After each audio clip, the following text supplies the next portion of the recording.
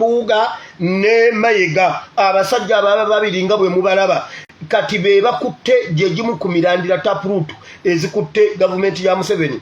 Jjukira aba abasajja Kabaka mbu ate eba kituufu Kabaka yagoba Mayiga n'alemera ku bwa Katikkiro. NUP negoba Mpuuga n'alemera mu kifo. Aba basajja babiri kati olwaleero beewadde omulimu bagenda kutambula eggwanga bannange Mpuuga we batambuliriza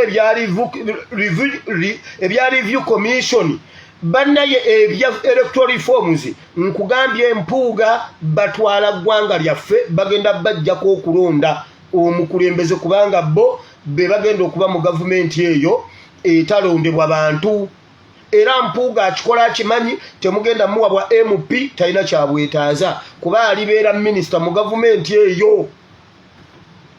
Babodegaadi ba Mpuuga twagala omulambo gwa Mpuuga, babodegaadi ba Bujingo twagala omulambo gwa Bujingo. Mbabuulira eyo nga nvuddeyo.